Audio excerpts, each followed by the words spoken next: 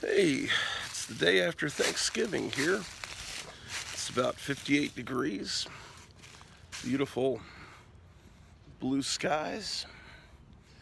Um, got an AOK package this morning. Well, I mean, it was something it was kind of an AOK package. I bought a book from Gotham City Comics in Mesa, Arizona, and it arrived this morning, but you know, included with it, he throws in all these amazing goodies. So it's kind of like an AOK. So it's an AOK package, an act of kindness. So let's look at that. Still got a few more movie posters to look at. I'll show you some things I've been doing, kind of changing up the house, and give you some video recommendations. And one thing, you gotta. I'm telling you, uh, you know, if you've watched this show before, that I love the Marvel Cinematic Universe. When Iron Man came out, however many years ago, and it was great for about 10 years. And then after, right about Avengers Endgame, right after that ended, things started to get really weak and worse and worse. And then these TV series. Ugh. So now they've beaten me to the point where Disney's beaten me to the point where I no longer care about their movies. But this morning, James Gunn on the Disney Plus channel, there's a Guardians of the Galaxy holiday special, and damn if that's not that it's phenomenal. I mean, seriously, I'm not joking. It's really funny. It it's less than, I don't think it's even an hour long, and it had me in tears a couple of times, had me laughing. It's James Gunn.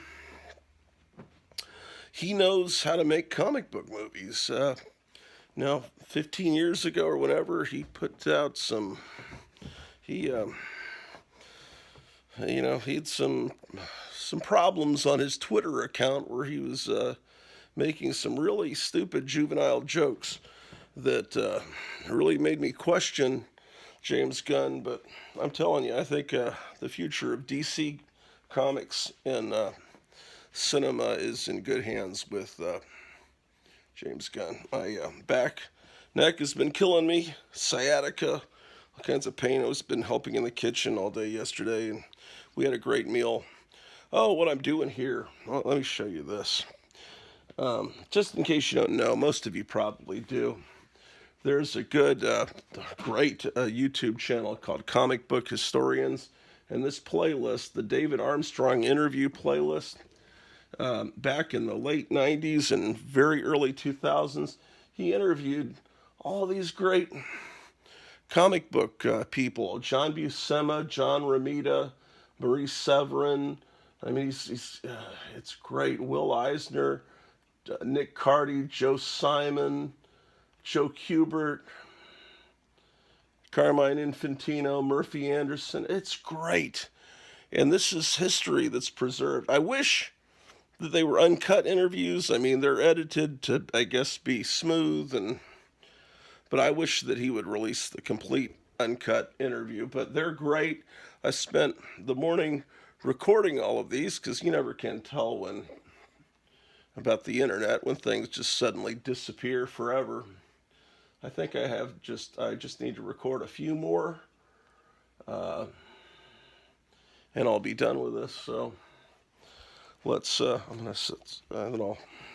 Oh, first I want to show you some things I've done in the basement. Then we'll get into the package from Gotham City Comics. Okay, so I've got my recorder, my DVD-R recorder. It's all set to go. So I press record. Come on. And then, well, there'll probably be a Honda commercial. Shit. Horrible. Okay, all right, Honda, go away, man. The power of dreams, Honda. Okay. Our soil and our climate allow for us to have larger and sweeter grapes. Yeah, right. Okay. And it was funny. And I used that in cartoons many times after that. So you think, Wait a minute. We gotta get to the beginning. Shit, I'm fucking up my tape. My disc, rather, but it's all right. All right. when did you first start drawing? When I was going to grade school, tell everybody after I got a little older. All right, I'll turn the sound down while I record so we I can. had a little bit of talent. I got to get the girls. Anyway, I highly recommend that you check out Comic Book Historian's YouTube channel for these great interviews. Okay. Oh, and John Goris, who gave me the last amazing AOK. I was looking for his YouTube channel. I thought it was Ghost Tank 4. And when I tried looking up Ghost Tank 4, all I was getting was results. That great Haunted Tank DC War comic. But when my wife tried it, she just typed in Ghost Tank, and we got a channel with his amazing animation. So you've got to look up Ghost Tank and see John Goris's incredible animation, skeletons and stuff, and blood splattering. Okay, so let's head on down to the basement. There's Pete sleeping. How you doing, Pete? I'm sorry, I didn't mean to wake you up.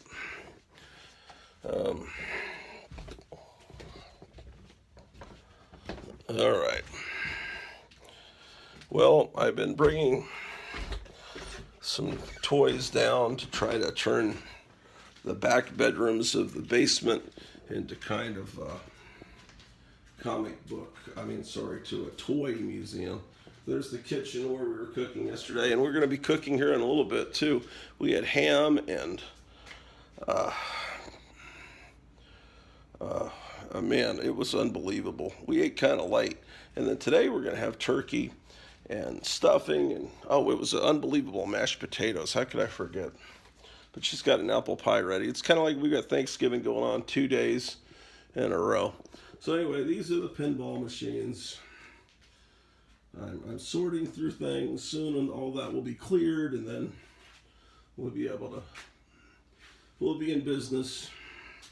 I was working a little bit in here in the DVD Blu-ray record room, and I took out some of the shelves so it opens it up more. All right, so we're continuing to build back better here. At least I think there's progress.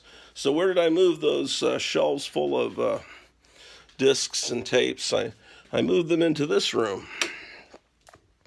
So now that's all here. See? And over here is what we're kind of starting to do. We've got the Great Garloo and Big Lou behind him, and starting to put the toys more on display. This is not final. This is not finalized. It's still in the process of. Remember when Herman Munster thought that Lily Munster had given birth to this toy? That show was funny as hell. How do you, Rob Zombie? What's wrong with you, man? Well, I'm gonna have a Planet of the Apes display over here. I've got to bring all my Planet of the Apes stuff down. It's anyway. It's a work in progress, ladies and gentlemen. Okay, and so.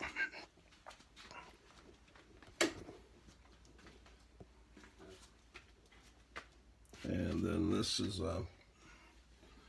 the cat's bedroom. They sleep on that inflatable mattress, and they like to play with the Fort Apache playset.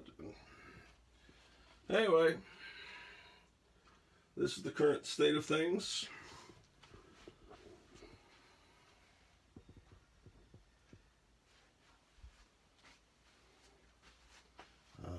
I'm gonna move this King Kong. You son of a bitch. I'll move this this King Kong into the other room. And then we'll go up and look at the box I received from Gotham City Comics. Okay. I'm going to put King Kong right here.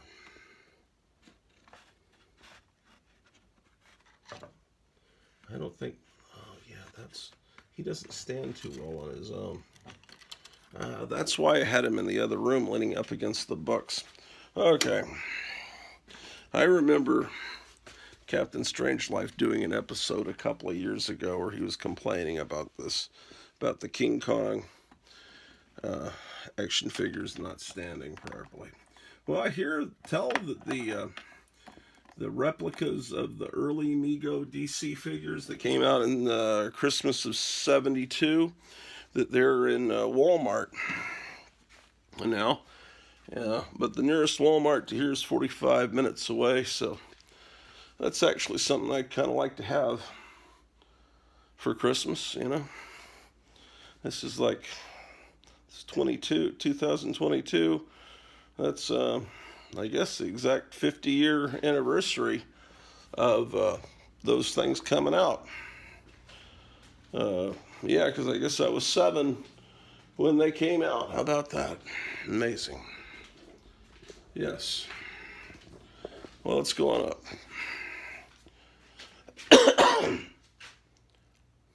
Okay.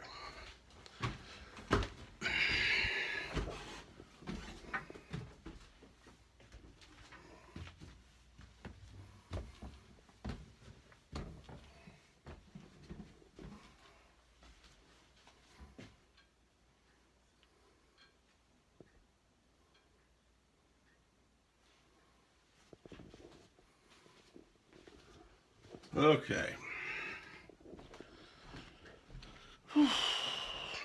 Well, I did 2 videos yesterday, which is kind of stupid because people don't have time to watch 2 videos on a holiday. And so the amount of views is diminished on the shows, but oh well. Okay, so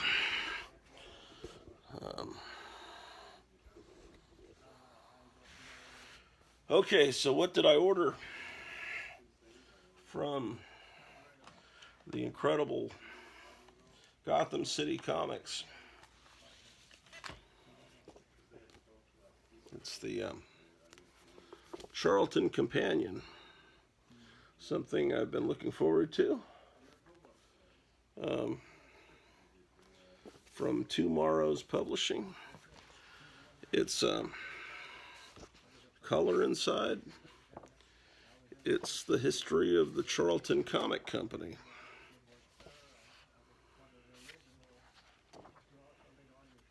So this is going to be a lot of fun to read. And they even cover some of the non-comic book stuff that Charlton put out. I actually have that magazine.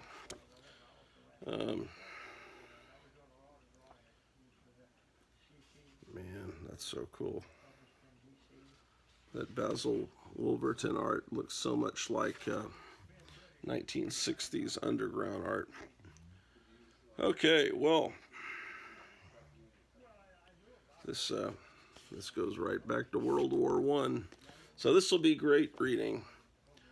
The fascinating story of the action heroes, ghastly ghost, and fun comics of the all-in-one publisher.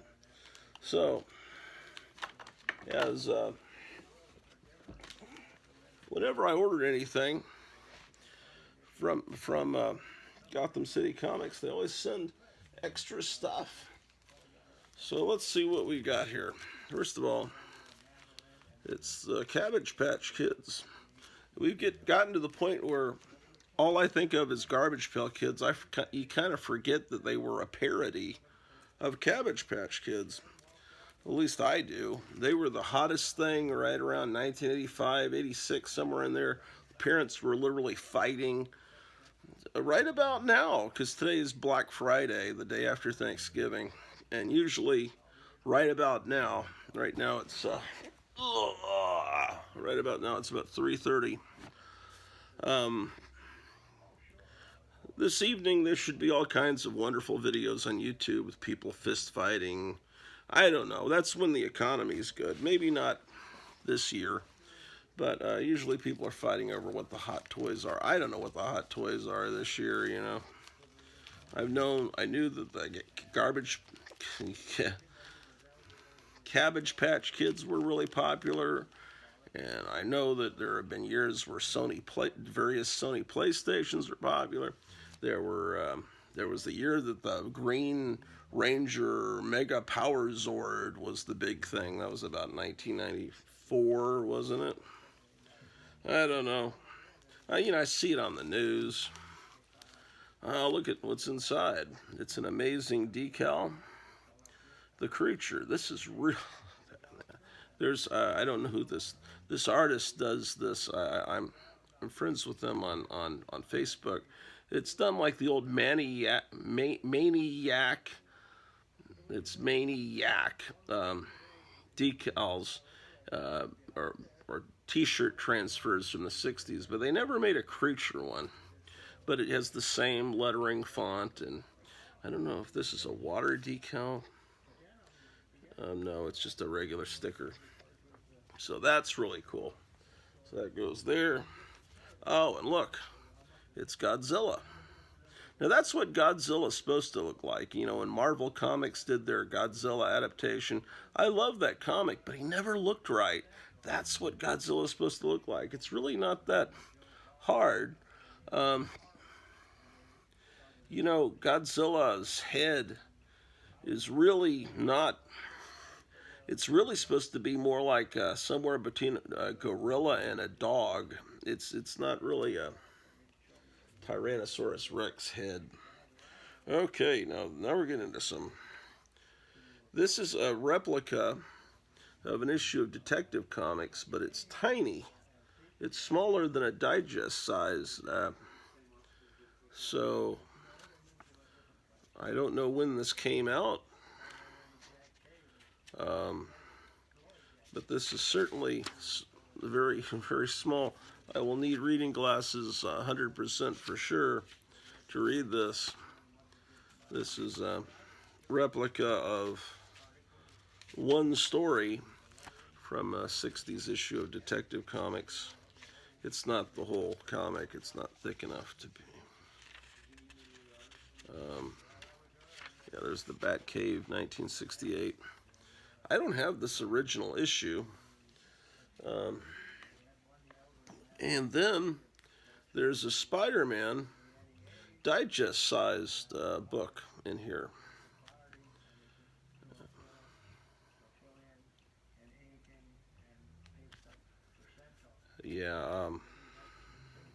I can't tell you. I really loved that Guardians of the Galaxy holiday special, and then there's like animated segments because it's really a tribute, I think, to the Star Wars holiday special, which was pretty much awful, as you know. But this is really good, and if the Star Wars holiday special that came out in Christmas of '77, I believe, if it had been this good, it would have just been historic. Okay, so that's that, but there's more. There's another little goodie bag. Let's see what we got here. Another goodie bag. It looks like we got more stickers or decals. Decade. Resurrection series number 3. I don't know what that's from, but it's cool. And this looks like something that I would draw while in meetings at work.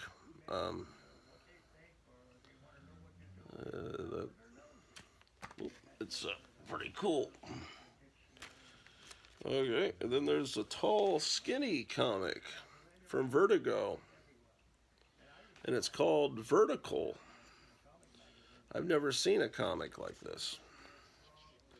Oh, wow. So it's So you read it like that. That's pretty cool. That's certainly an innovative format. You know what I've always wanted to get is the gigantic comic that came out about 1966 or 67 from Wham-O, and they sold it in toy stores, and it's like twice the size of a Treasury edition. I mean, it's gigantic, like bigger than a newspaper. It was like a novelty, you know, as everything Wham-O does, from the Frisbee to the Water Wiggle. They put out a giant, and it has artwork in it. Has all genres of comics represented in it. I think it has Wally Wood art and some other really great artists in that. It's the Wham-O giant comic or something like that. And then there's a book in here, the Belligerent Book of Movie Quotes. So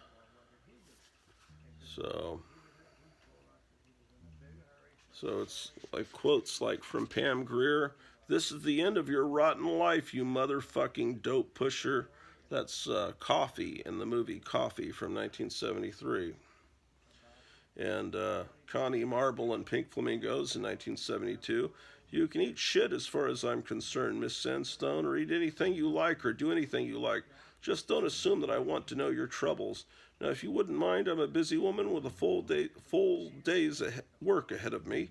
Please remove yourself from my office." Let's see. Chucky in Child's Play, 1988. 1988, "You stupid bitch, you filthy slut, I'll teach you to fuck with me." So it's all mean quotes. The Belligerent Book of Movie Quotes. I never knew this book existed. Wow, man, this is so cool. Thank you so much, Gotham City Comics. If you live anywhere close to Gotham City Comics, you need to go there. They're moving to a new location. So right now, things are in a state of flux. They're moving into a new building. And in that new building, there's a famous photograph of a hobby shop in the 1960s, from probably around 1965, where the hobby shop owner has a monster corner and all the monster model kits are there. And he's recreating that in his new store. He's already has the monster corner. So I'll show you that. I have that picture framed, and I'll show you that in a minute if I remember. So please remind me. Let's see, what else do we have here? It's a Garbage Pail Kid button. Had to look at it really carefully. Is this a Cabbage Patch Kid, or is it a Garbage Pail Kid? So I'm looking to see if something horrible is going on, and then that's how you can tell that it's a Garbage Pail Kid, because they mimicked, the people at Topps mimicked the art style of the company they were imitating very, very well. Here's a statue of Batman that also came along. So I'll go put that in the Batman room, and then I'll show you the Monster Corner poster. Oh, John Goris sent me a letter the other day, and there was some Gremlins cards included. Gremlins was a fun movie. I remember seeing that with my friend Ryan at a preview screening back in 1984, before it actually played in theaters. They had a preview showing, and it was better. They went back and tinkered with it. Believe me, the original cut that we saw was better. It was funnier.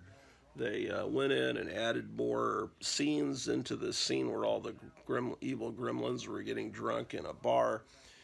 And it was so funny in the original cut, and then they dragged the jokes out because people must have written on their little survey cards that they loved that scene and they wished it was longer, and it took away the punchline of some of the jokes. You know, when you drag a joke out too long, sometimes it's just the editing is just right. They messed it up, but the movie's still great, at least the original. I don't know about all the sequels. What else did he send? Let's see what's wrapped up here. Yeah, I just got this package not long ago. It is currently 3:30 p.m.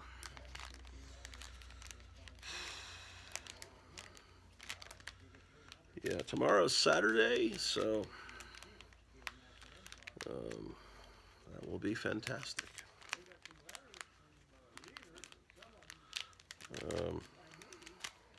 As far as I know, I only work on Friday this next week. I'm retired, but maybe I'll work. I'll see if they call me in. You know, I've got a job you know, it's a kind of a part-time job to make ends meet because, and so I feel like my life has some purpose. Thanks to President Brandon's economy.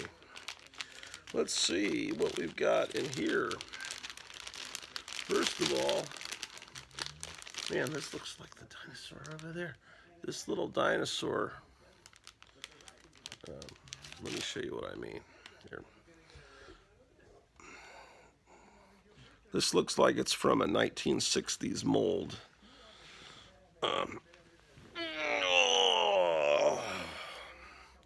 Yeah, I'm not doing too good. That's just the sound of me standing up. See, is he from this same toy family, possibly? Michael Dodd would know. Okay. What else is in that package?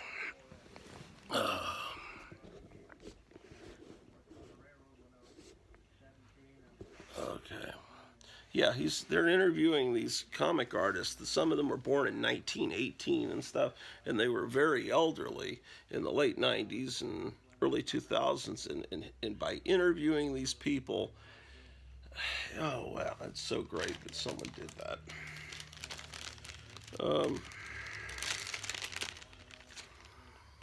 Here's an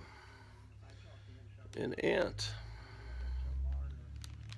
That's pretty cool. And what is this little guy? It's a finger puppet. It appears to be a zombie finger puppet. Oh, is he missing a hand? It would appear to be so. I see the bloody stump with the bone sticking out. An eye is coming out. That is pretty cool. All right. Oh, more stuff. Let's see what this is. First of all, there's a Peacemaker trading card. Now, I assume that this is that they didn't have a series of these, that this was done kind of a joke, as a promotional joke, because the TV show was extremely R-rated. But, you know, it's just so cool that it's, yes, I don't know what it says on the back, and I don't have my glasses on. Boy, it's rough getting old.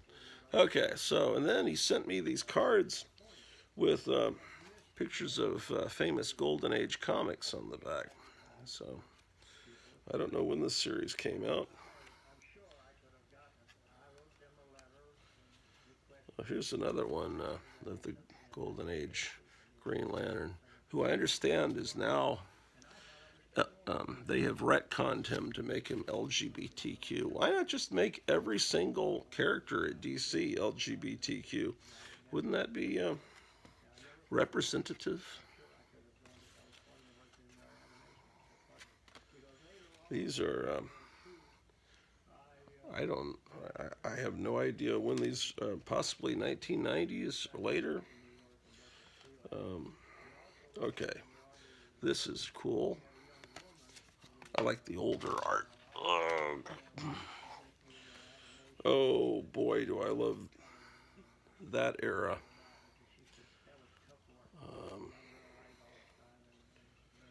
What does that say? Great battles. And then New Gods. I have that comic. Okay. So I'm kind of combining the stuff I got from Gotham City Comics with the stuff that John Goris sent me. And I'd show you some of his channel, but I'm recording this comic guy right now. Maybe I'll do that next episode. Just look up Ghost Tank. These are monster art cards. They're in this little plastic case. I have never heard of these. So it's like Rat Fink style stuff.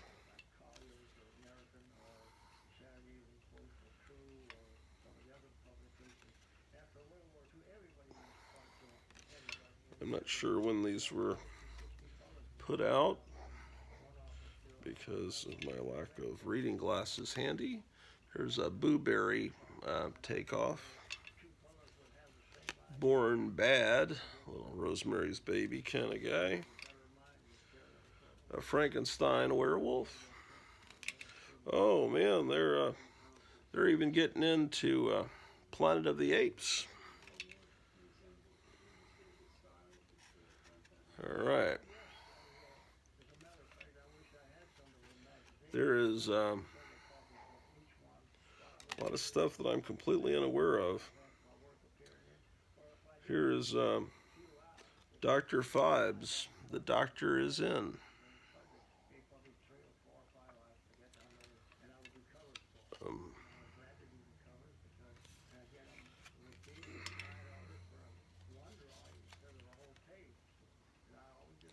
Yeah, this is someone that is sort of a kindred spirit, I would say.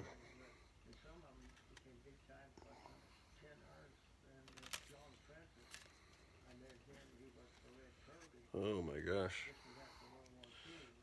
This is the one I'm oh my goshing about. They've got an Ed Gein, Garbage Pail Kids type guy.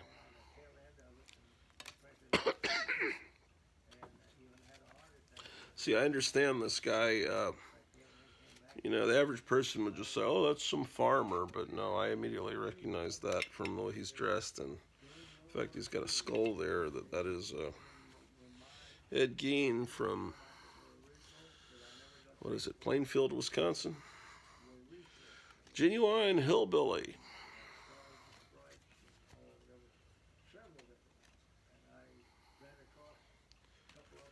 Okay, so this guy's into the Misfits, apparently. This is a...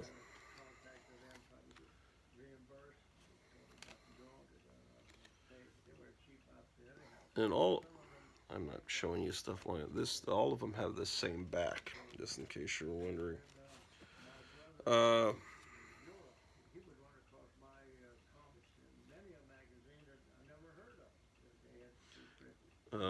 One of the 30 sets includes a real booger. I don't think it's hopefully I don't think that came in this set. Well, so amazing. What else is there here?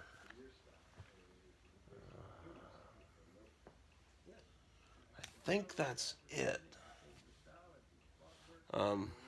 Okay.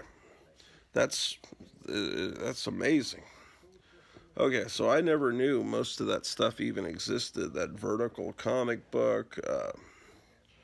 Okay, where's that Batman statue? Where did I put that? There it is. Yeah, let's take Batman into the Batman room, and I'll show you the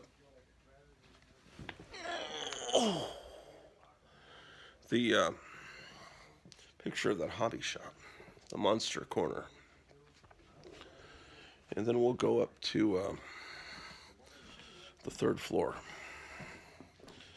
The basement is considered the first floor, so this is the main floor. This is the second floor, at least that's how it's labeled by the elevator. So we are on the second floor.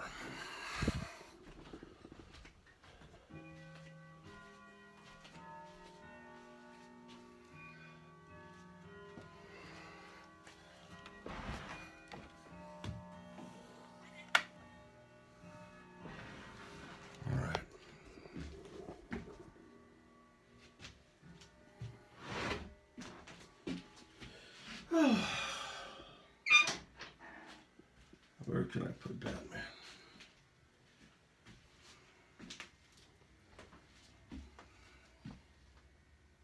I've got a dust in here. Yes, I know.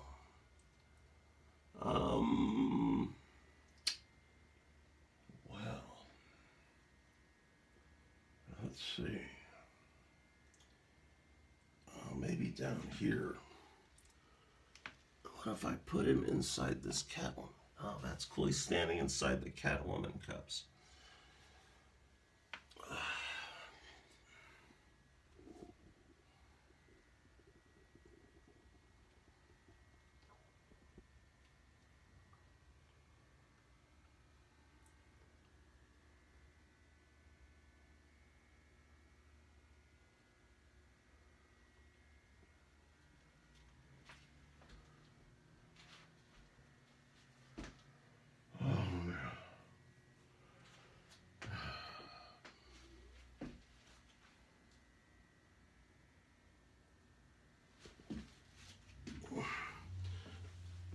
I'll take these up. I got stuff I need to take upstairs. Like these are grunge rock pencils. Peter Bagg. There's not much Peter Bagg merchandising, but he did lend his art to grunge rock pencils. Here's Carol Lombard. I have several in this series. They're upstairs, and so I need to reunite this with the others.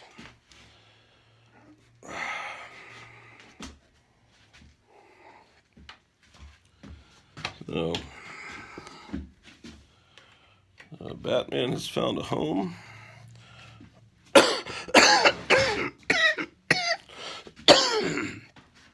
Excuse me.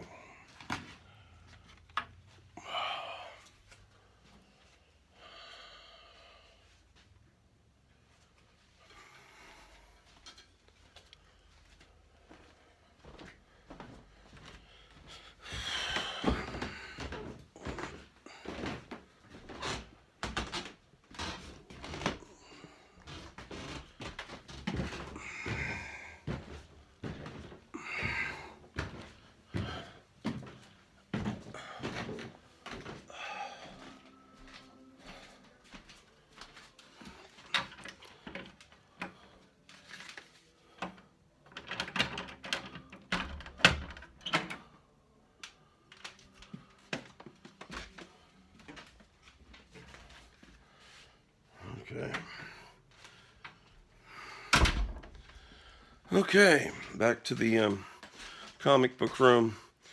We almost finished looking at the posters last time, but not quite. So,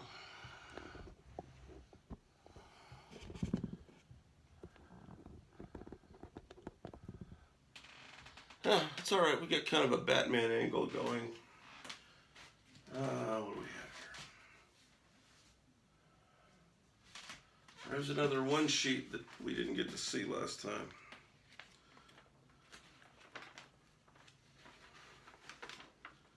Oh, I have a half sheet to this poster as well. It's Bluebeard's 10 Honeymoons.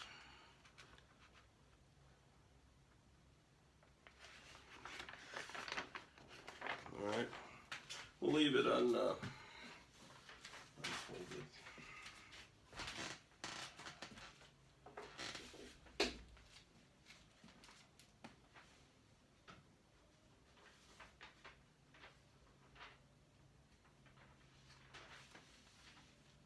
Okay.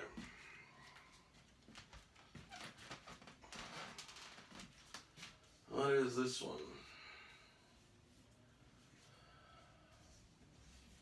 Oh, it's a half sheet.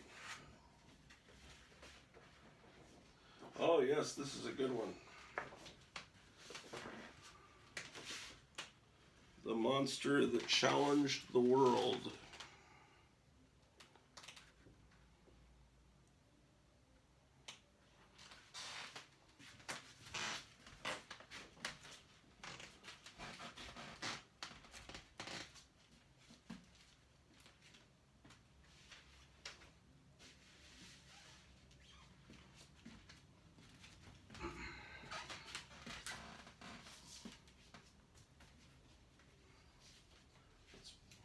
some over.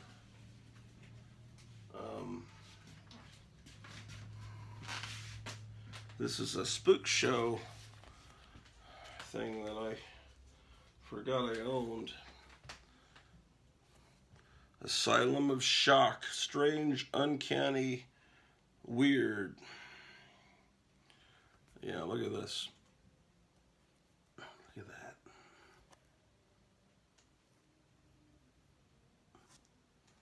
Fantastic.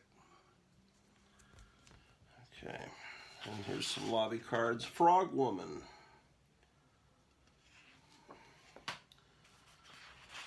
Flesh Eaters.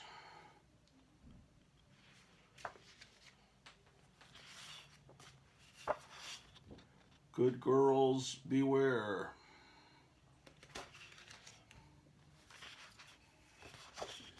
Female Fiends. There's a Ted V. Michaels movie, The Doll Squad, which is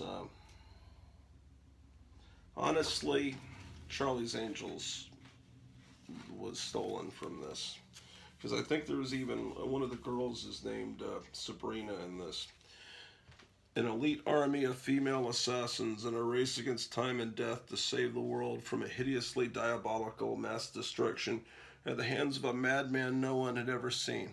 Except this is probably better than Charlie's Angels because they never faced a menace like that. Here's a kung fu movie. They were trying to play off the popularity of the XXX movie Deep Throat and call it Deep Thrust.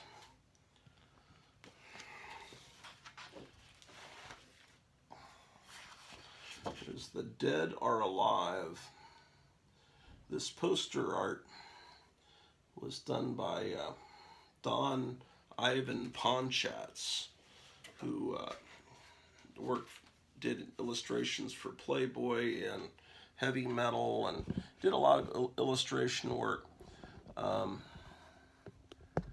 guy I went to high school with was named Greg Ponchatz. That was his father. So Don Ivan Ponchatz lived in Arlington, Texas. You recognize this lady in the Western? That's Tina Louise. See there? Tina Louise. All right, here's a comic book related movie, Danger Diabolik.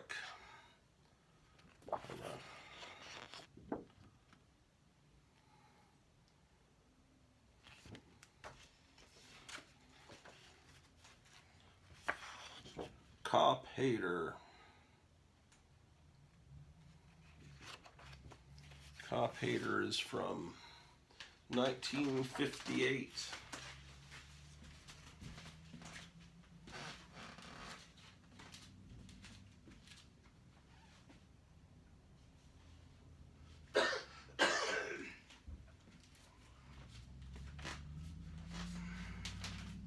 Okay, I don't think I'll ever lose this cough, man. Chrome and Hot Leather, a biker film. Oh, here's a lobby card to the what I was raving about last episode. Frankenstein meets the Space Monster, and backed with Curse of the Voodoo. The Miniskirt Mob, part of the motorcycle hoodlum craze, but this is a female gang. There's another one called She Devils on Wheels, which is done by Herschel Gordon Lewis. The incredibly strange creatures who stopped living and became mixed up zombies. I first heard about this movie through the Monster Times.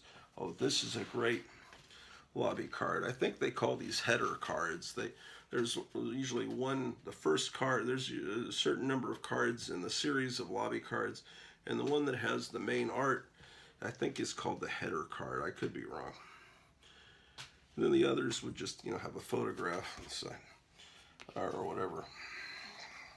Here's a lobby card for a movie serial. Almost certainly a reissue, I would think, and not an original, because, it could be, but I don't think so. Undersea Kingdom with Ray Crash Corrigan, For Chapter 7, The Submarine Trap. It could be original. Okay, the most terrifying psycho of them all, Psycho A Go-Go, with the Vendells and those wild go-go girls. You can tell he's angry. Blackula is the most horrifying film of the decade, says the Count Dracula Society. How do you join the Count Dracula Society? I wonder how many rituals you have to go through. Why isn't this framed? King of the Rocket Men. These are easy to frame. You can get frames this size, at Walmart and just pop them in. This is lobby card size, but it's actually a pinup of Diana Dors, who was kind of the British Marilyn Monroe.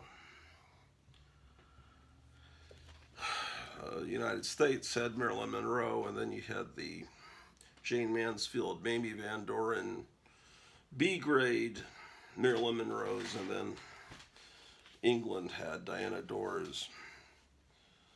But, Marilyn Monroe's the one everyone remembers. Here's The Pleasure of the Bath, the Mondo Cane of bathing. So I would assume this is all about people taking baths. Probably a nudist camp movie, wouldn't you think? Here's King of the Rocket Men, a Republic serial. This is Chapter 8. Okay. It says R56. That means it's a re-release in 56. Ooh, this is neat. Let me put these up.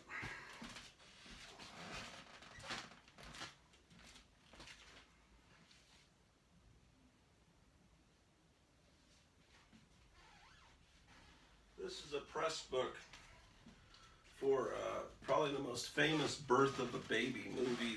The exploitation movies, in order to show nudity, they figure, well, we'll show a woman giving birth, and that'll be it. It'll be an educational film.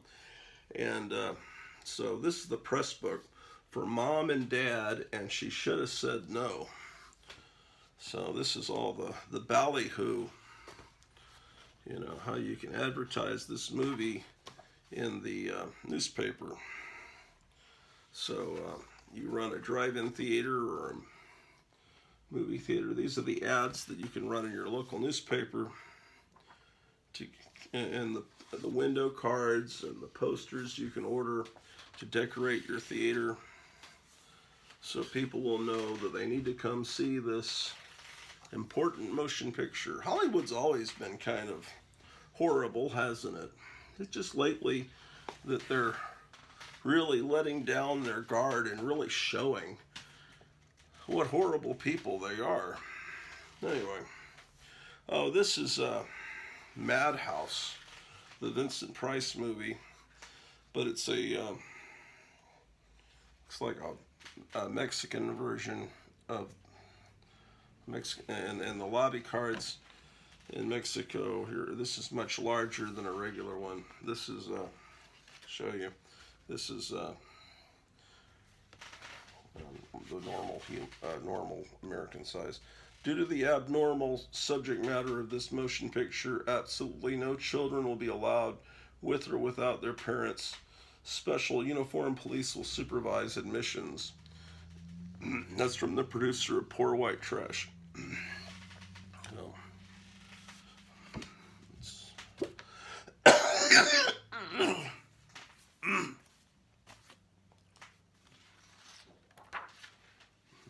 Beginning of the end. That's just a page from a book with poster reproductions. Sure enough. Yeah, let's see that.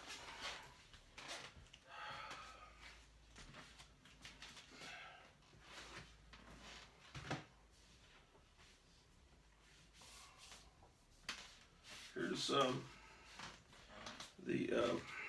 from a little supplement in Variety. Do they even publish Variety anymore? I used to go to some bookstore where they had copies of Variety, the Hollywood newspaper, and they would have supplements. This is a movie that was in production, From Beyond, H.P. Lovecraft.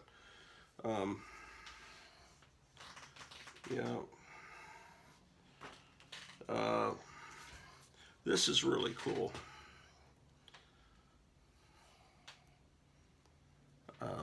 Definitely worthy of putting up on the wall in a comic book room. In fact, I should leave this out for that reason.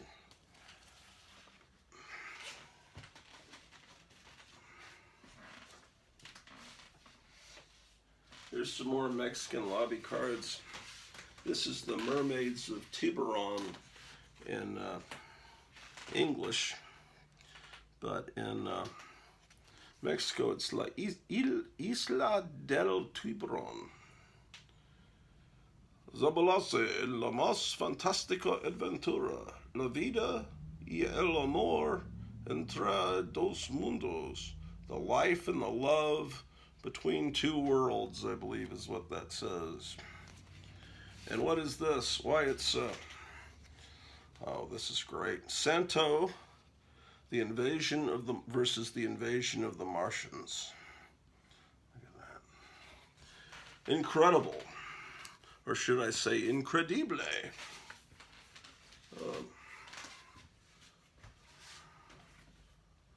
Entonces, en la Biblioteca de los Gatos. It's what is this in? Oh, this is not. This doesn't have an English title because this is a Mexican movie. It's Juvenile Rebellion, I guess.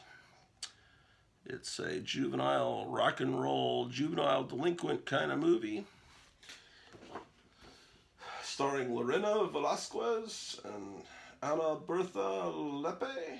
So nobody's named Bertha anymore, you know. So I had a it has Bill Haley and his orchestra. What?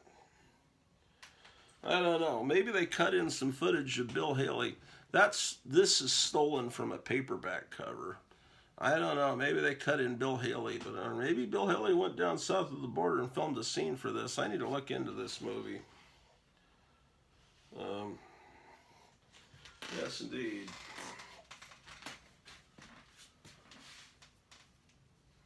Oh, wow. This is pretty cool. I didn't know I owned this either. This Creature from the Black Lagoon portrait. Wow.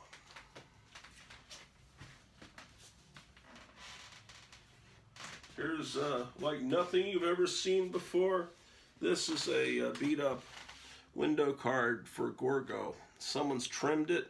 There would be a part up here that tells the theater and when it's playing, but this is a trimmed one, and it's not in very good condition, but it's Gorgo. The Intimate Life of Adam and Eve. It's the Private Lives of Adam and Eve is the American title. This is another Mexican lobby card. It has Mickey Rooney and Mamie Van Doren. I don't think I've ever seen this movie. I'm a big fan of Mamie Van Doren, despite her extremely left-wing politics. Blue Demon contra las Diabolicas. I guess that's Blue Demon versus the Demons, I assume. Mexican wrestling, ladies and gentlemen. Here is, this is pretty cool. I'm assuming, I mean, I could look up where the dates fall. I'm assuming this is like a 1978 calendar. Isn't that about the year that this Blondie album came out? It's put up by Chrysalis Records. There should be a... Damn.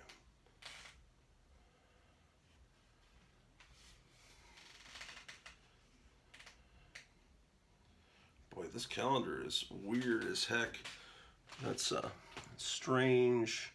I don't even know how to read that. It's like a calendar for space aliens. But, you know, it's got Debbie Harry on it.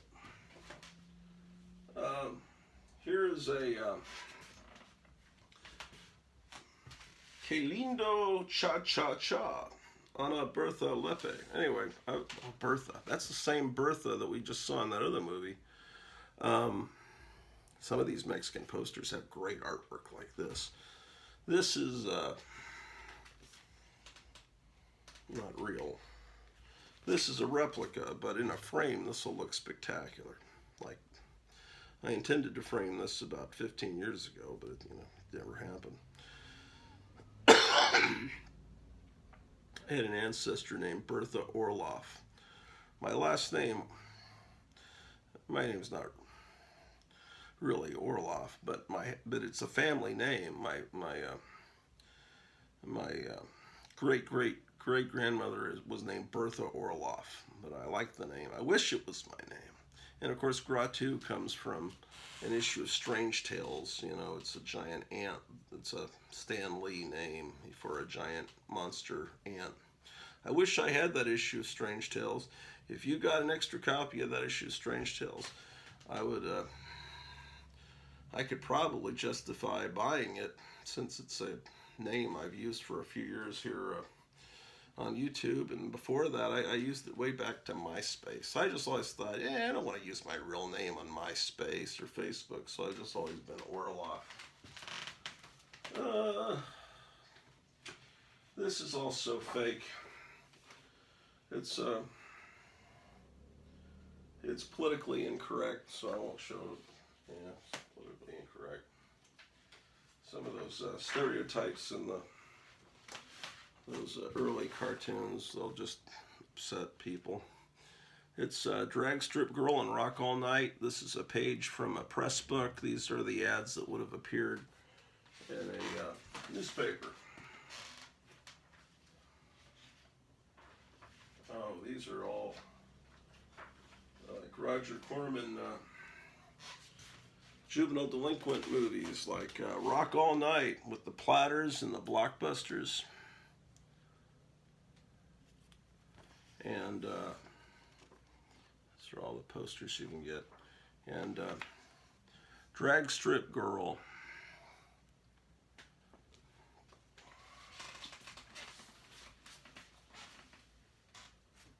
Oh, this is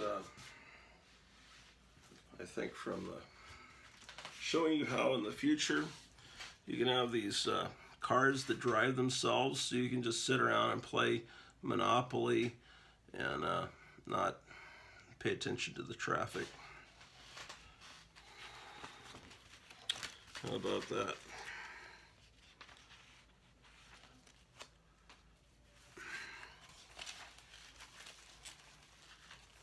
Just a moment. So how was your Thanksgiving, guys? Did you consume a lot of turkey and stuff like that? Watch football? I bet the game was great.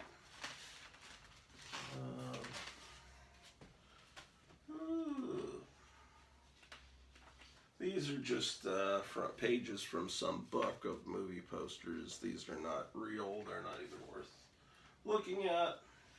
This is from Wizard magazine.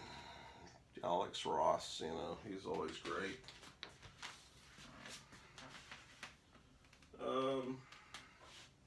This is from a Japanese magazine. So it's one of their, it shows Ultraman monsters on this side. And here is one of the Sentai shows. Sentai means 5-man team. Every year they have a different Sentai show so they can sell new toys. And there's always all these different color rangers. And of course that was brought over to the United States with a altered version where they filmed new scenes with American actors in the mid-90s.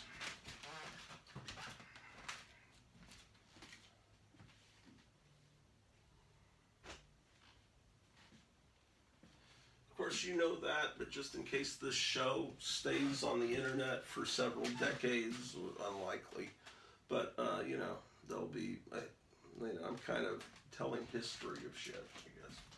Here's a movie about Ed Gein called Deranged. This is the press book, so you can get lots of people to come to your theater to see the movie Deranged. Yeah. Deranged.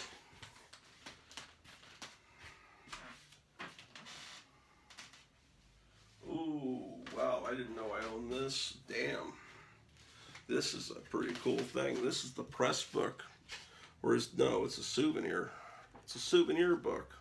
If you, I guess you got it at the theater when you went to see Seventh Voyage of Sinbad, which is one of the greatest movies of all time. When I first saw this, I tuned in 1972 or 73. We were living in Hampton, Virginia one weekend, right about now, about 4 or 5 in the evening, and I happened to tune in when the Cyclops is reaching down and grabbing sailors, and then he puts one on starts roasting them on over a fire, and they're screaming, and the Cyclops licking his lips. That changed my life, man. Seeing that Ray Harryhausen animation for the first time. And so I have no recollection of ever buying this or how I acquired this. But it's certainly cool. Yeah, the genie was a little kid in that. I guess he's the character that you, as the kid watching the movie, are supposed to relate to. Here is, oh wow. Jeez, man. When did I think I must have gotten this from eBay. It's a press book for double feature of I Was a Teenage Werewolf and Invasion of the Saucermen. It's had some stuff cut out of it. Look at this. Teenagers versus monsters.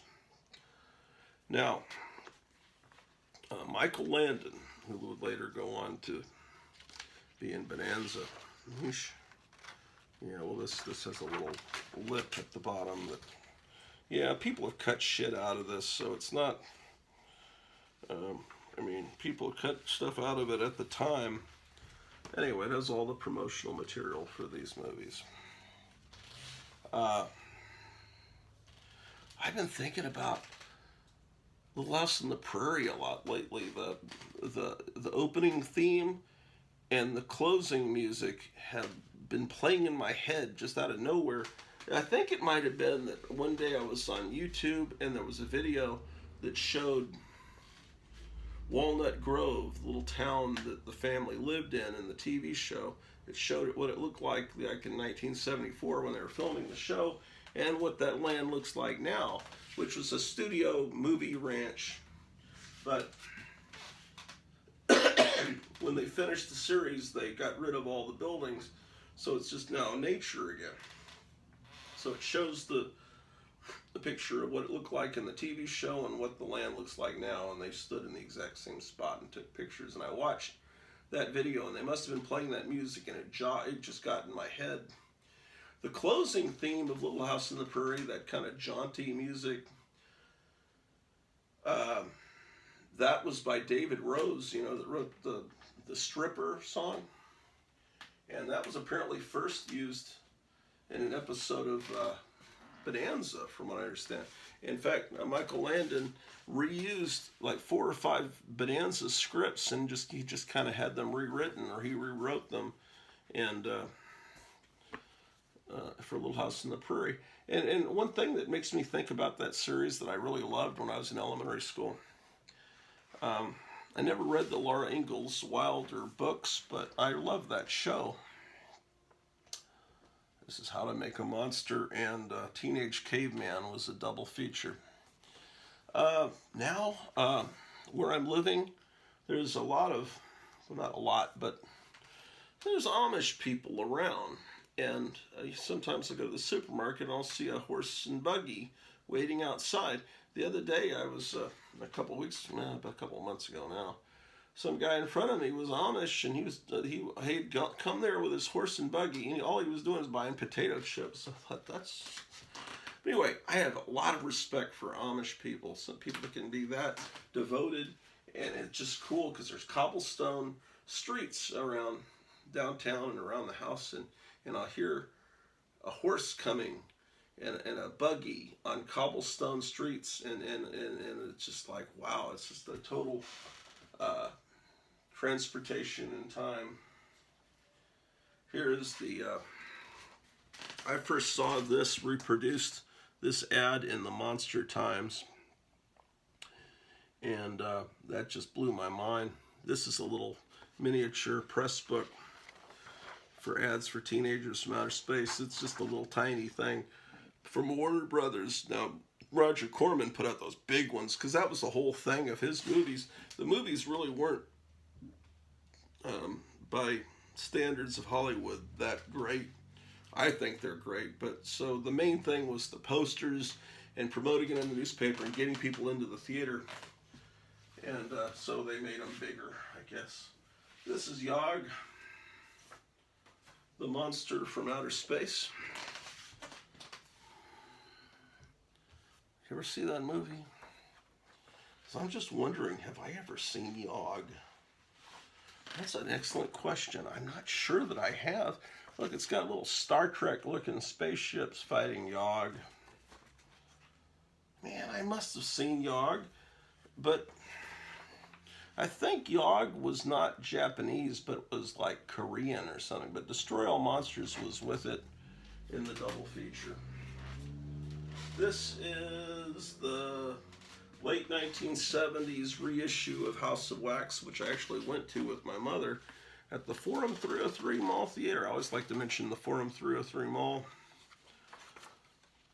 One of my most viewed videos on YouTube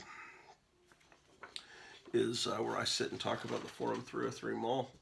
And I mean, it's had like a lot of views. And it's apparently just normal people that remember the Forum Mall get on YouTube and they start typing it in, hoping they'll find some footage of this mall that's been long ago demolished. And the only thing they can find is me talking about it. So I get a lot. And then this other video where I just drive by where it used to be, that gets a lot of views too. Okay, more comic related stuff. This is promotional material for Tales from the Crypt, the 1972 Amicus movie that adapted stories from the Tales from the Crypt comic book and from the EC Horror Comics. I'm not sure if all the stories were actually in Tales from the Crypt. Some of them might have been in Haunt of Fear, Vault of Horror, but there's Blind Alleys, and all the stories were later adapted again, I think, in the HBO Tales from the Crypt series. Oh, this is cool. It's turning brown. It's fragile. But this is like a little promotional material from the Ritz Theater that this is ballyhooing that this is coming. Watch out, the beast is coming. Nothing like it in 140 million years. Check this out. Look at that. The Beast from 20,000 Fathoms. Another Ray Harryhausen animated film.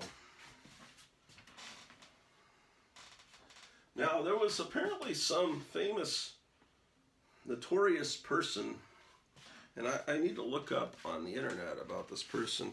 This stars Diana Sherry as Carolyn Lima. If they didn't pay for play, she'd burn them alive. I guess she was a prostitute that burned the Johns alive if they didn't pay. Snatched from the nation's headlines as one of the most notorious true stories in history. So you can, and I don't know if I have this movie either. I don't know if I've seen it. I'm gonna need to go down in the basement. I've put all the Something Weird videos together. This looks like something weird video would release. Mike Vraney, that ran Something Weird Video, passed away, but his widow keeps running the company, and his widow was used to put out this great, let's see, I think was she the one that used to put out Thrift Score, or was it Mystery Date? She's a cool person that used to put out a little fanzine that I used to read. This is Africa Erotica. Food of the Gods was from right about 1976, as I recall. It's based on an H.G. Wells book.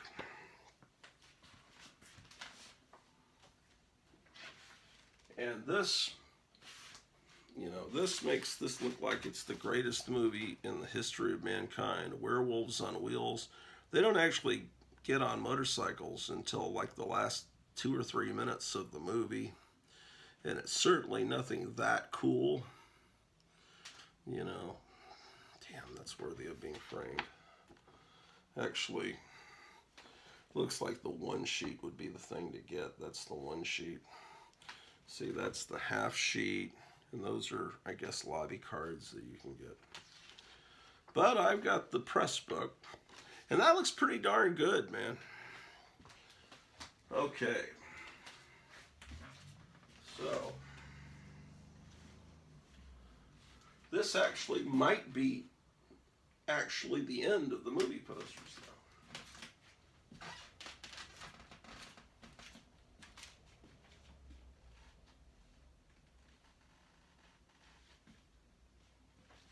Yes, I think it might be. So,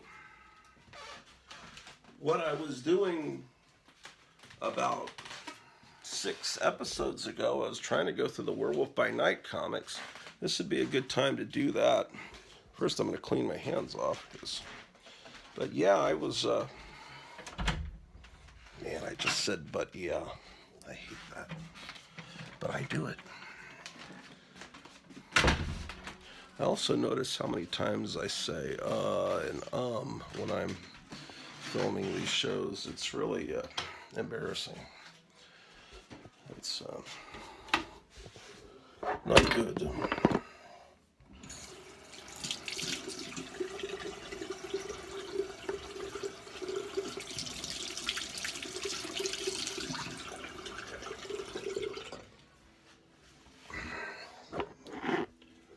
All right. So let's go in here. Because once I finish looking at those books, I can be free of that box and get the next box out. Because we were going through looking at comics, because a lot of you are comic book people and don't care about these movie posters.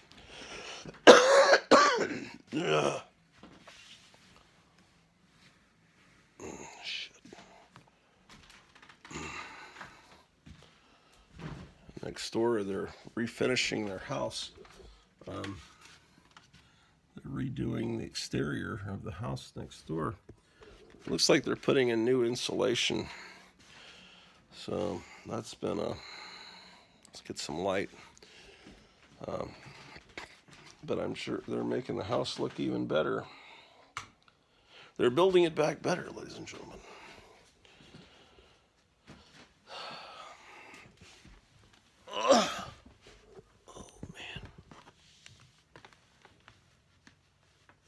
These records, which you youngsters call vinyls, and let's get back to the world of comic books, ladies and gentlemen.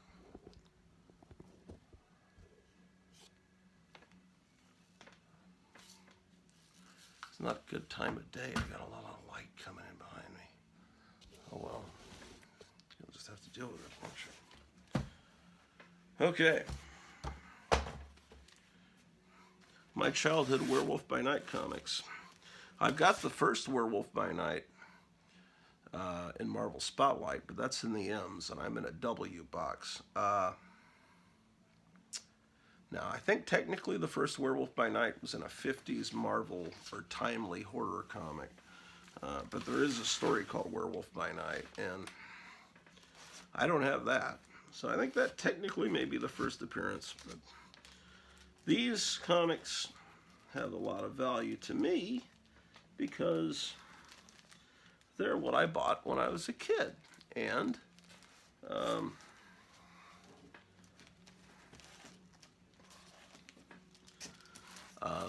I didn't have money to buy every comic that came out, but looks like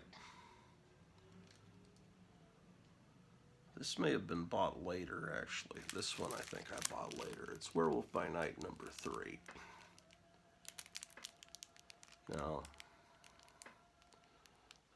I'm the werewolf in that TV series, a TV episode that they put on Disney Plus, does not look like that to me. And the thing about Werewolf by Night, when I think about it, I think of rich, beautiful color.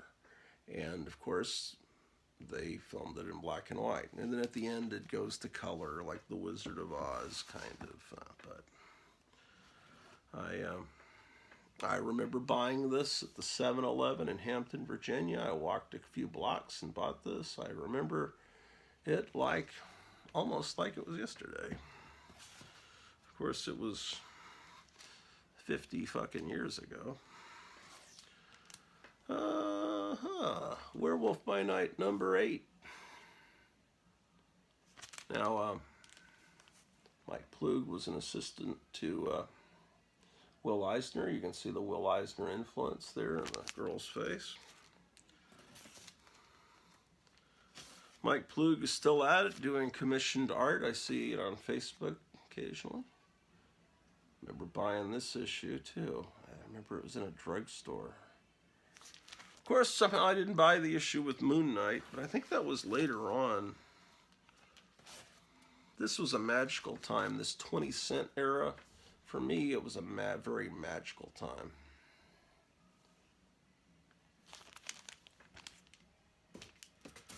My wife is playing very copywritten music upstairs. I hope it's not picking up on the phone because that'll give me a copyright claim. But I hear Mamas and the Papas, California Dreamin'. You ever heard, do you know the story? It was originally Barry McGuire was brought in to sing that song, and the Mamas and Papas were doing the background vocals. You know, they were the background singers. And he sang it with this rough, you know, he's the guy that sang Eve of Destruction, and it sounded terrible. But I guess the record executives, those background singers sound really good, though. So they stripped his voice from the recording and just brought up the background singers, and then it was a hit record. So there is, listen on YouTube, just type in California Dreamin' Barry McGuire, and you'll hear what it originally would have sounded like. This one I have 2 copies of because my childhood copy, something happened to the back cover where it was torn off. So I bought another one at a later date, and which one, I'd have to open up the bag to see which one has the missing back cover. If I was smart, I'd have it written here, but I don't because I'm not smart. All right, I got to get through this box, man, because this box has to go back in the other room. That's a great cover, a fantastic cover. But no, that TV special is not like this. But I'm telling you, I am not lying to you. The Guardians of the Galaxy holiday special, Christmas, I don't think they call it Christmas. No one ever calls it Christmas special. Holiday special is great. It's really good. Now, I've got some that aren't bagged and boarded, but I have bags and boards downstairs because Captain Strangelove gave me some a few weeks ago. So let me go get those so I can get these bagged and boarded.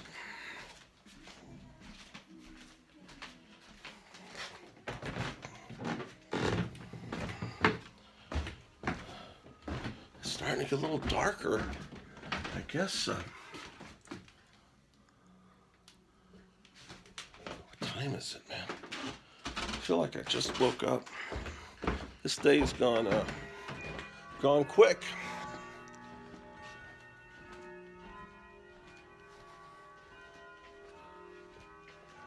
Okay. Now they're interviewing Craig Flessel. Drew sleeping? Let's see. Oh, the bags. Oh. Paulo Costa will be interested in this. I bought these at a car show, antique car show, Swap Meet, a few years back. They're meant for auto dealerships. They're film strips and 45 RPM records so that you can put them in the showroom of your dealership to promote the new cars. So it's a whole set. It's 1964, complete 1964 product training. So your salesman can learn all about all the different vehicles. This is from September of '63. So you open it up. I'll show you. It's got everything you need, your records, and here are the film strips. So I have some film strip projectors. Actually, a lot of these people have already transferred to, sorry guys, people have already transferred this stuff to YouTube. So I need to look and see if the September 1963 one has been transferred yet. Anyway, this once belonged to this individual, Floyd something, in Collinsville, Oklahoma. I have two of these. I convinced my friend Gerald to buy one or two as well, because I'm like, we got to get these, we got to transfer them, and because this is like, when are we ever going to see something like this again? This is from December of 1963. Selling over competition.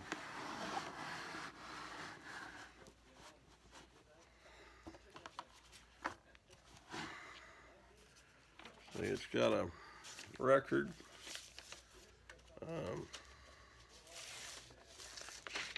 See, I come down here to get comic book bags, and I get all excited about something else, man. Okay. Mainly because these are on top of the comic book bags, so I have to move these. Where will I put them? That's the next question.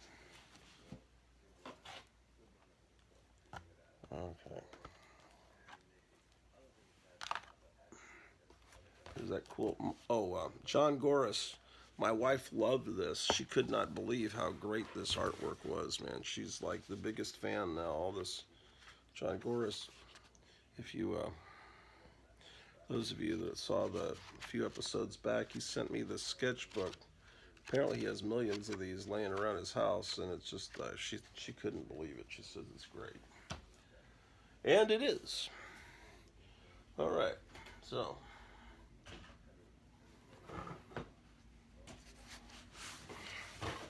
And my phone is saying that it's that I'm running out of electricity. Okay. Guess what? This is filled with bags and boards that are already have the. Some of them came from Captain Strangelove, and some of them I just have discovered that I had in random places. So. I'm taking this box upstairs. I gotta get. Okay. Charging cable. Let's get one.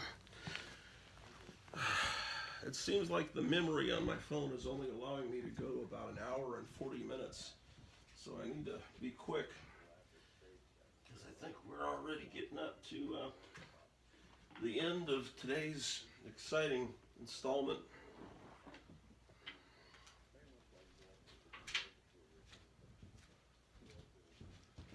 Okay. Let's see, they're interviewing Will Eisner. Okay, I'm going to put you down inside this comic book box filled with bags and boards. And then we're going back upstairs. And hopefully I can plug you in before you die. A horrible death of lack of electricity.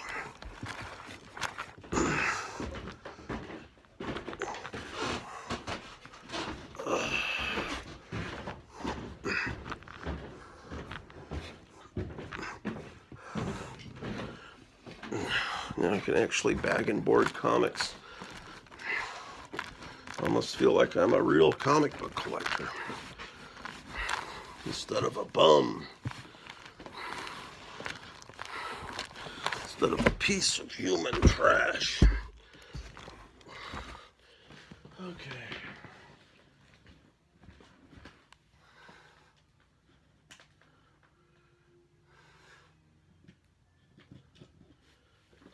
Okay.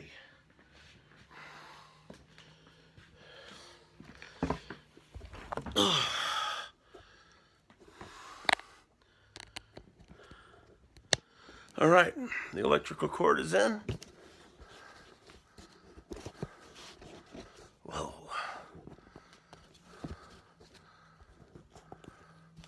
Werewolf by Night, ladies and gentlemen. Okay. Our bag and board.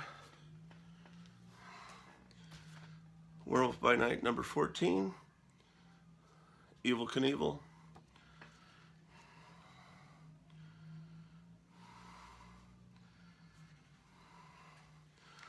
Are you too skinny? You can become voluptuous. I'm sure there were a lot of women that were too skinny reading Werewolf by Night. Ooh, I remember this one. Any kid that was in 3rd or 4th grade that didn't buy a comic with this cover, what's wrong with you? What would be wrong with you, man? Yeah, this is just great stuff. It's, a lot of people don't make that connection between Mike Ploog and Will Eisner, who was just playing on the television just now. How influenced Mike Ploog is by his art. Of course, I didn't know Will Eisner at the point when I was reading these. It wasn't until maybe about a year later when Warren started putting out their reprints of the Spirit. As I was still living in San Antonio when I picked up Spirit number 1. Boy, that was a neat day.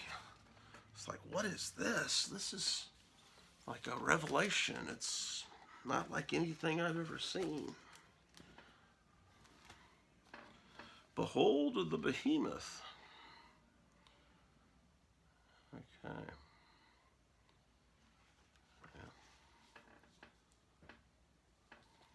These are all my childhood copies.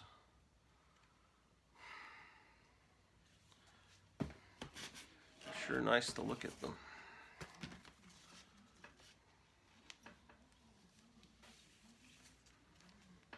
Man, what do you guys think is going to happen in the world, man? We're living in the weirdest times. You know, I guess I lived through the Vietnam War and, you know, when I was a little kid and Watergate. And this is what's going on now. Like, has the potential to be, and it's like I grew up thinking the press are wonderful people, you know. As a little kid, I would watch 60 Minutes, and I'd think, these are noble people, and Clark Kent, and Lois Lane, and Jimmy Olsen, the press, they take care of us. Now I realize that the press is just a bunch of lying bastards. I hate this kind of white box with text, and I really don't like it when they have this obviously not hand lettered stuff. That's I have problems with that, ladies and gentlemen. I've noticed that on some of those later period Savage Sword of Conan kind of magazines. It's just like, that's not comic book like enough. Here's number 22. This is not a childhood copy. I can tell, because I don't remember that one from when I was a kid. And this is definitely not a childhood copy, because I would never have written on the W. That's something morons do. Like morons that can't control themselves, you know. I have to write on something. 25. This is one I picked up rather recently, too. It's not a very clean copy. Boy, I remember that Christmas when I got Origins of Marvel Comics and that calendar. The calendar's right in a drawer right there. I showed it to you a few months ago. I don't know if you guys watch this show very often. I have almost 1,200 followers on Instagram all day long. 4 or 5 times a day I'll see new follower popping up on my screen. I'm not bragging, because that's not really that many, I don't think. But what I'm saying is I have 450 subscribers now on YouTube. It went up to 451, and then someone must have heard me say that Donald Trump is a neat guy or something, and oh, gotta unsubscribe. Look at that, man. So anyway, oh, and it's got its value stamp, Captain Marvel. See, he looks just like Glenn Close. Glenn Close played him in a movie. Makes perfect sense, doesn't it? You don't want a man in your movie. So anyway, the fuck am I talking about? I have no idea. What am I talking about? It'll come back to me. Let me find.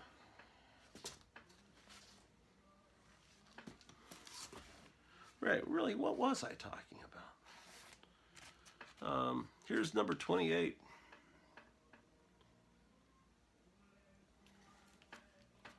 I have no. Okay, I was talking about.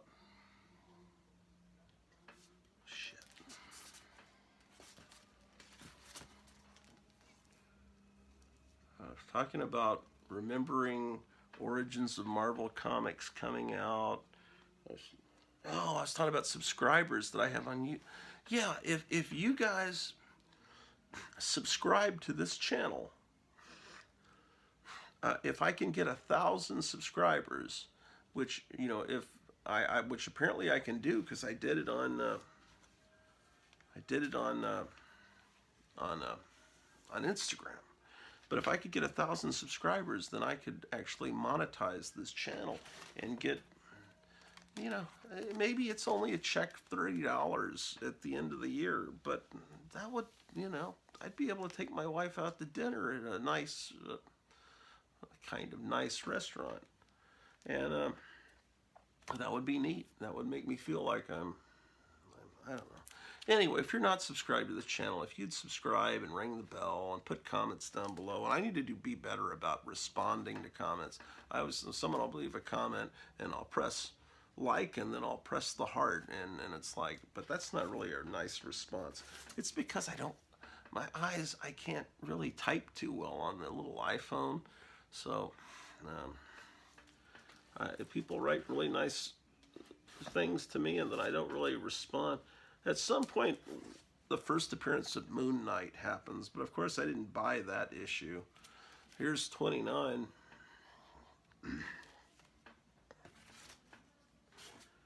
Here's 30. How about that? Number 30. Oh, here's one that's not bagged. Oh, it's another copy of 30. It's a 25-cent comic. Always check to make sure it has the value stamp. 25 cents. Oh, Count Dante. I was wondering about him. And there's whole documentaries on him on YouTube. So just a beautiful comic book, man. But for a while, I was the only one, it seemed like, within 40-mile radius that cared about Marvel horror comics for a while, for decades. Now, people are starting to be interested in these. Don Perlin is the artist here. People are starting to get more interested in these young people of today. But maybe it's because they're speculating on these Marvel TV shows and movies. Tell me down below if you agree with me. Maybe I was just like out of my mind about the Guardians of the Galaxy show, but I had a lot of fun with it. And that's the whole point of these movies, man. All I can tell you is I was having a lot of fun, and I was laughing, and I was crying, because I'm a pussy. I'll cry it very easily. And, oh, man, I'll tell you what got me worse than anything ever. Wuthering Heights was pretty bad, the 1930s Wuthering Heights, as far as making me into a blubbering mess. But I was alone when I watched that the first time. But when I went with my brother and his wife and his children, my nephew and nieces, to see Toy Story 2, when that came out in theaters, and that cowgirl doll sings the song When She Loved Me about her original owner, and how much she loved her, and then was left by the roadside with just a bunch of toys to be thrown out after being under. Oh man, that got me so much. I'm starting to tear up now. But I was like, I gotta be a man. I can't cry in front of my nephew sitting next to me.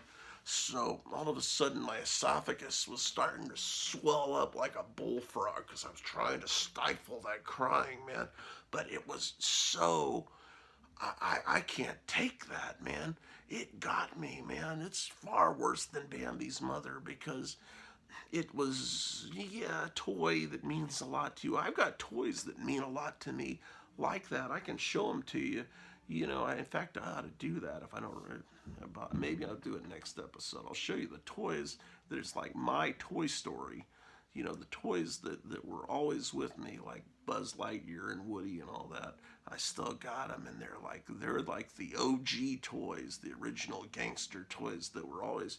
There's a brown dog and there's a red fox-looking guy that's from Germany called Big O Bello or something, and there's a old teddy bear, white teddy bear with blue feet that was my older brother's, that I was handed down to me probably from the 50s. They're the core toys, man, that have always been with me since I was a real little kid. But it's really a metaphor for loss of pets or children or parents. That song gets you so much, man. Disney can never do that to me. I mean, I don't trust. Disney's really getting bad. Okay, here's a replica of the Werewolf by Night 32 from a few years ago, but this one started to go up in value. Now, there's apparently, see, look at me crying, man. There's a lot of replica comics coming out now. When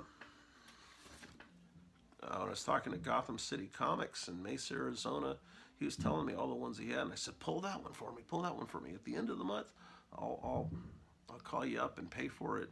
So he's got a pile of comics waiting, and then I want to get some Western Golden Age comics and add that he's got, and add them to that pile, because I don't have many Golden Age comics, just between you and me. Everyone else in the 4-color fossils, man, they got tons of them, but I'm a lightweight when it comes to that, because I never see Golden Age comics in the stores near me, and I guess I've never really had the money. Maybe I've had the money, but I've been, as you can see, I've been buying movie posters and I should start, the next thing I need to start going through records. I used to do that at the old house. I may have shown you a lot of my records. I'm taking the old bags off and putting in bags and boards. That's what I'm doing. And then part of what I'm doing is trying to go through and look for duplicates so I can get rid of some of my duplicate comics and then have new comics. Or new old comics. New to me comics. Oh yeah, I didn't know I had this issue with this weird merging of Iron Man into the Werewolf by Night universe. Pretty cool. Looks like I paid $3 for that book. Oh, wow. I paid $2 for this one, but it's got like a crease and stuff. Oh, then I remember getting this as a kid in 4th grade. I thought her name was Tigra. For some reason, as a kid, I read it as Tigra. Now it seems so obvious to me that it has to be Tigra, but that's how my 4th grade mind read it. And so for many decades in my head, it was Tigra. And of course, I never heard anyone pronounce the name because she wasn't a popular character. I wasn't around people that knew about her. But I love animal, like tiger women type characters.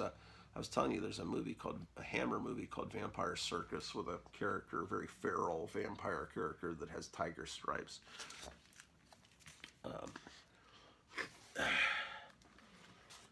So here's another one.